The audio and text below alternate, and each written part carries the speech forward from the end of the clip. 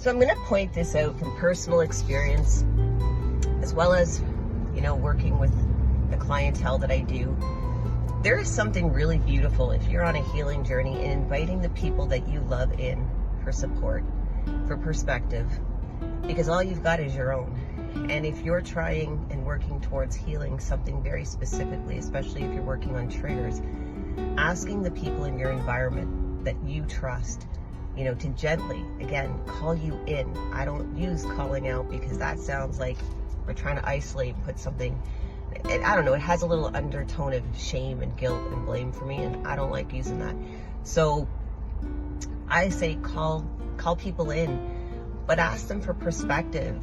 Say to somebody, if I'm working on a trigger, this is kind of what I've noticed in myself, and I'm not asking you to manage it, but right now I'm having a hard time being aware of what's going on.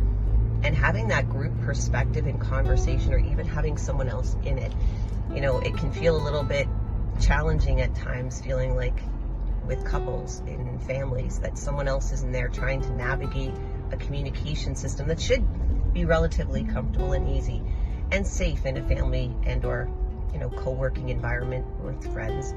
But sometimes it's nice to just have someone else in there that can offer a slightly different perspective and hear things from a different place, and to be able to say, what, I hear you and I hear where you're coming from, but what about this? It's just an alternative. And again, I believe that options are a good thing, alternatives are good, perspective is key. And so if you are working and moving through something that's heavier or it's triggers, encourage those around you and invite the ones you trust in to gently support you through this, because perspective is key.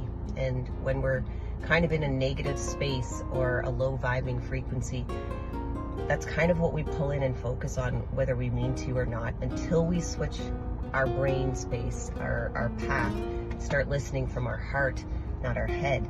And that is a big difference. So I would just say, make it a collaborative healing process. If you have that ability, call them in.